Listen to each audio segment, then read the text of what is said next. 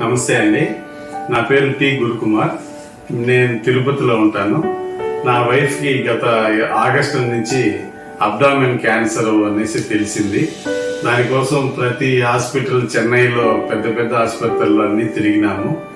ఫైనల్గా వాళ్ళు 6 months life span ఉంటుంది, ఈమె తీసుకొని మీరు ఇంటికి తీసుకెళ్ళండి, డిశ్చార్జ్ చేస్తాము.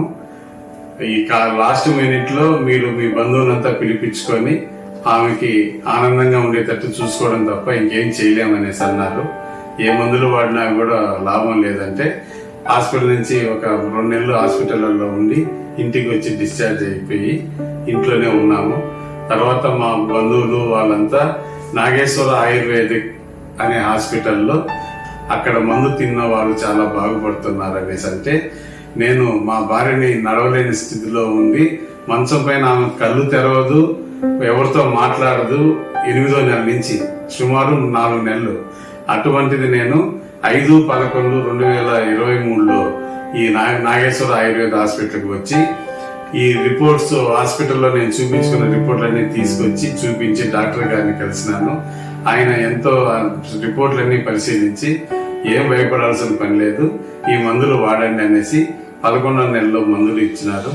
అవి తీసుకొని నేను వెంటనే తిరుపతికి వెళ్ళి మరుసటి రోజు వేసిన మరుసటి రోజే 3 నెలలుగా కళ్ళు తెరవని మనిషి వెంటనే కళ్ళు తెరిచి మాట్లాడడం స్టార్ట్ చేసింది. మా భార్య గొంతు విని 3 months అయితే ఒక రోజు మందులకే కళ్ళు తెరిచి మాట్లాడింది. ఇంకా చాలా హోప్స్ వచ్చింది.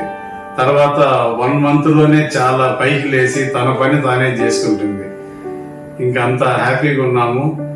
తర్వాత నెలలో మేము పోస్ట్ ద్వారా సార్ వాళ్ళకి ఫోన్ చేస్తే పోస్ట్ ద్వారా మందులు పంపించారు. ఇప్పుడు ఇంకా తనే లేచి సామాన్లు కడగడము, వంట చేయడము, నాకు టీ పెట్టించడము, ఇంత హోప్ వస్తుంది. మాకు చాలా ఆనందంగా ఉంది. అందుకని ఫిజికల్ గా డాక్టర్ని కలిసి ఈ 3వ నెలలో తను తీసుకొని ఇక్కడికి రావడం జరిగింది. ఈ హాస్పిటల్లో ఈ మందులు డాక్టర్ గారు ఇప్పుడు వేరే మందులు మారుస్తాము, మీకు అన్ని హ్యాపీగా నయమైపోతుంది, మీరు భయపడకూడదు అనేసి మా భార్యకి చాలా ధైర్యం చెప్పారు.